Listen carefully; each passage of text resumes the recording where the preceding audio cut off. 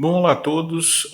Nesse vídeo, né, eu vou mostrar para você uma ferramenta que consegue transformar, né, ou seja, analisar um texto que você passa, né, pode ser um artigo, um livro, né, e traduz esse texto numa forma de grafo. O que é um grafo? Uma rede, né, uma representação de uma rede, no caso, como é feito a partir de um texto, né, onde os elementos principais são as bolinhas e as conexões que eles fazem com outras partes do texto, né, estão identificadas, né, nos edges, que a gente chama, ou seja, nos tracinhos que ligam as bolinhas, né. Então, só para você ter uma ideia, por exemplo, né, vou dar um zoom aqui, é um gráfico interativo, né, então localidades identificam vocações. Então, o grafo sempre é construído a partir de 3 elementos, né, 2 entidades e uma relação entre elas. Essa é a ideia do grafo, né? Quem mexe com análise de redes sociais e tal conhece bastante isso, tá? E essa ferramenta aqui vai te ajudar a construir um grafo desse tipo a partir de um texto, né? Ou seja, se você vai analisar aquele texto, essa é uma forma visual de identificar relações, elementos importantes, né? E de uma certa forma, né, construir o que a gente chama de ontologia, ou seja, um conjunto, né, de características e relações, de categorias entre esses elementos, né, que você consegue identificar visualmente, isso num grafo interativo, tá? Se você quiser saber como é que se faz isso, né, eu vou te apresentar 2 soluções do NID, né, para esse tipo de trabalho, e eu espero que você fique conosco para assistir, né, a aplicação GraphMaker e como ela consegue, como a partir dela você consegue chegar naquele elemento lá que eu acabei de te mostrar, tá? Se você não conhece o nosso trabalho, meu nome é Márcio Carneiro dos Santos, sou coordenador do programa de pós-graduação em comunicação profissional da UFMA, né?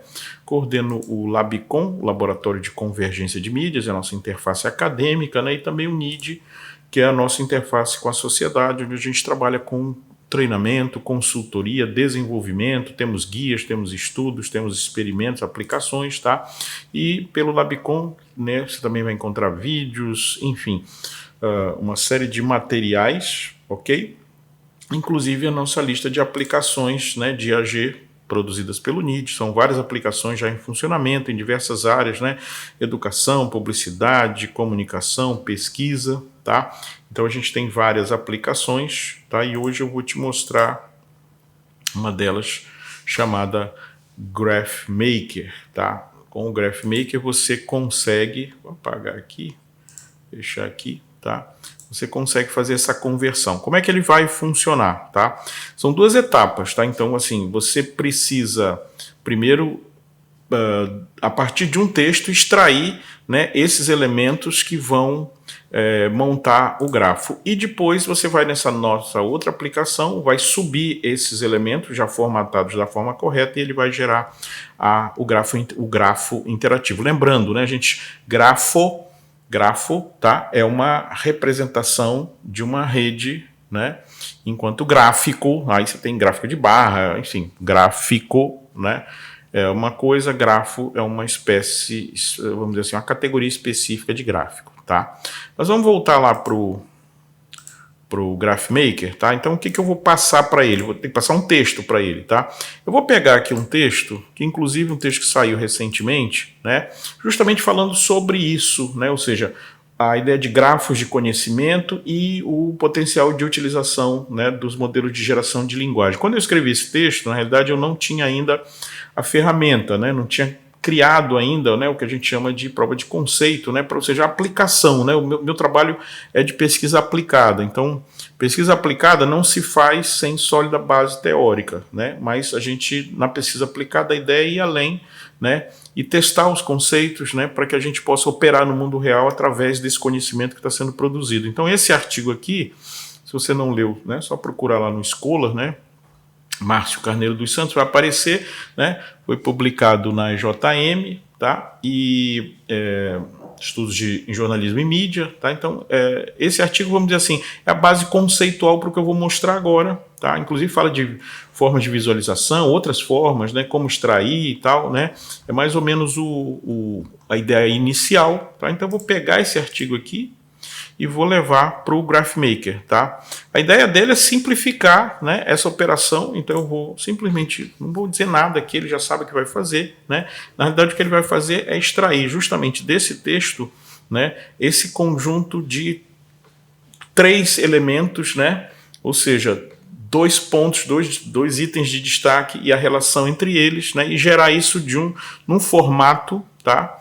Num formato que você possa levar. Esse formato, na realidade, é de um arquivo de texto, mas um arquivo CSV, que a gente chama, né? Como se fosse uma planilha, tá? Então aqui a primeira linha seriam as 3 colunas, né? Node 1, Node 2 e Edge. Toda vez que você for mandar para a nossa aplicação lá de geração, né? Esse material tem que estar nesse formato, tá? Então, mas você não precisa se preocupar com isso, tá? Porque o GraphMaker faz isso para você. Você só vai copiar o código, tá? Se você quiser, você pode pedir para ele gerar o arquivo para você baixar. Entretanto, em alguns testes eu tenho visto que às vezes ele erra, trava. O meu plano é pago, eu não sei se no plano free ele vai fazer isso. Então, assim, isso aqui ele vai fazer para você. Então, você vai gerar o código e aí o que você vai fazer? Você vai pegar qualquer aplicação de texto, qualquer coisa de texto, né? Eu vou usar aqui o bloco de notas, que é a aplicação do Windows mais simples que tem para texto, né? Já copiei, quando eu cliquei aqui, eu já copiei, é como se eu tivesse dado um Ctrl C, e agora eu vou dar aqui um Ctrl V, só para copiar esse material aqui. Então é um arquivo de texto, mas que na realidade é uma planilha formatada como CSV, né? CSV, separated values, valores separados por vírgula. Se você não conhece, procura lá no site, no YouTube do Labicon, tem um vídeo só sobre isso explicando para você. Mas eu vou botar aqui salvar como, tá? E aí eu vou salvar isso aqui dentro dessa pastinha aqui. Eu vou salvar como vídeo graph, tá? E aí eu vou botar ponto CSV, tá? Então eu quero que...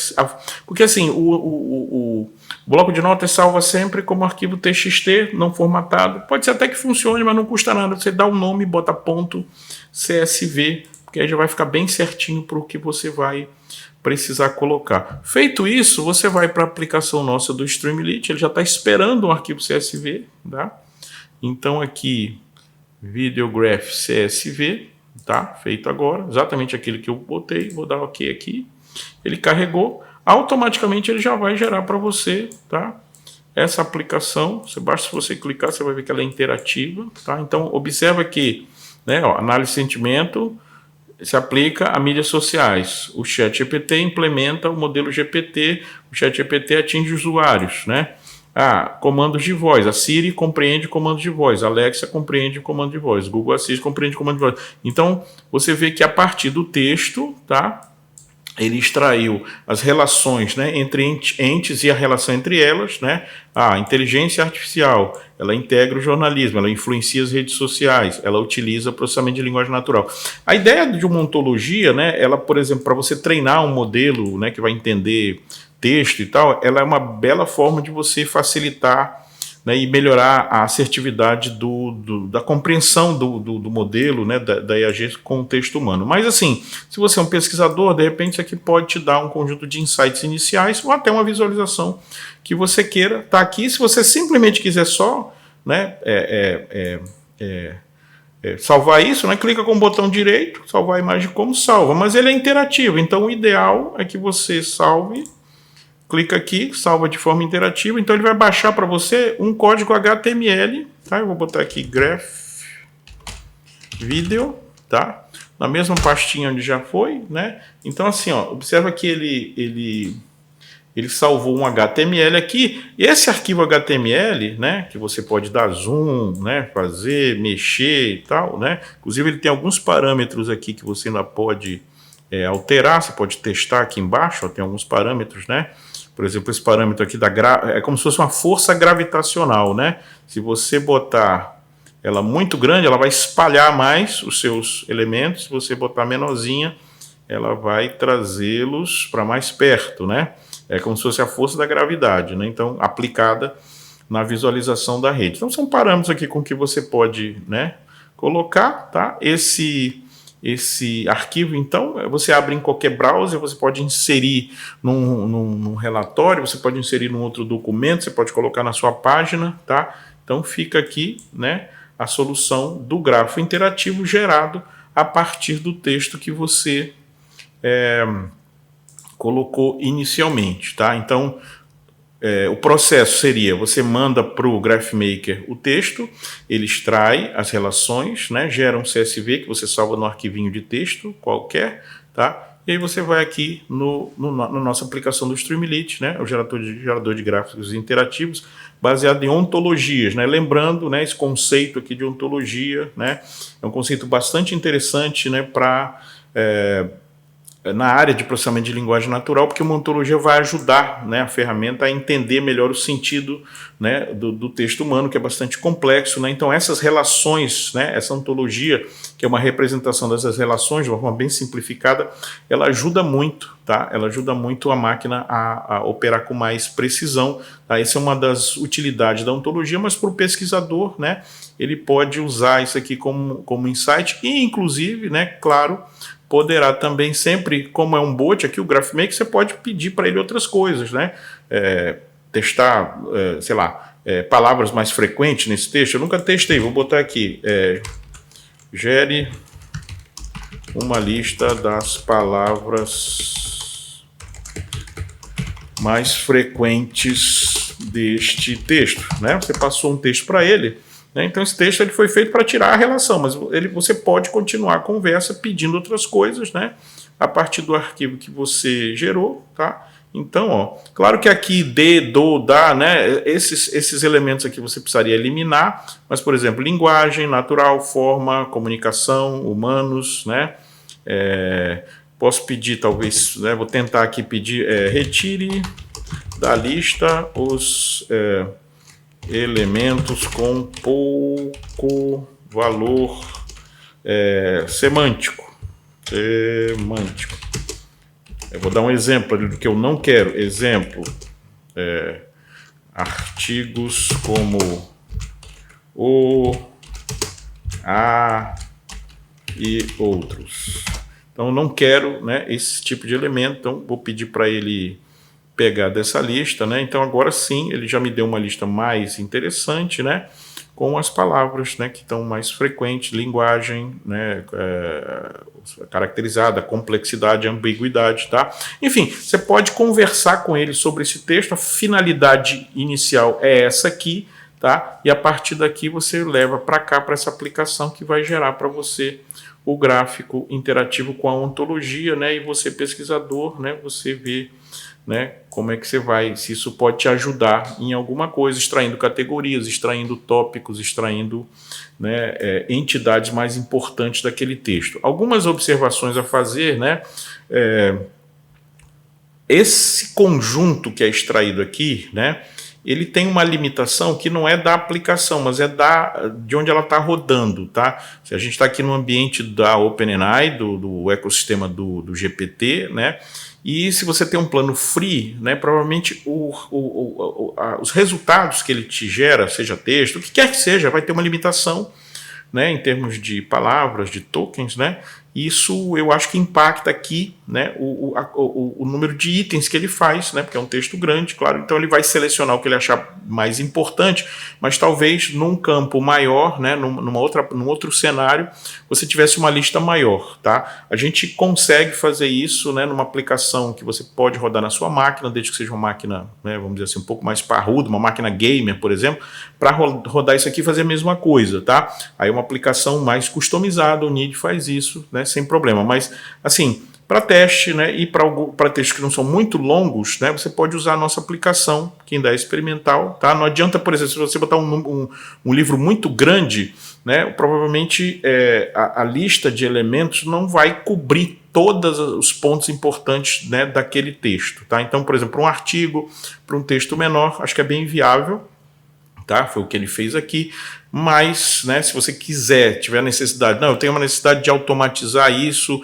e de fazer análises em textos maiores ou em livros inteiros, é possível? Sim, perfeitamente, tá? Só que não com essa versão da nossa aplicação, né, rodando aqui dentro, porque ela tem as limitações desse ambiente e você, principalmente se não tiver plano pago, né, do ChatGPT, você não vai conseguir, tá?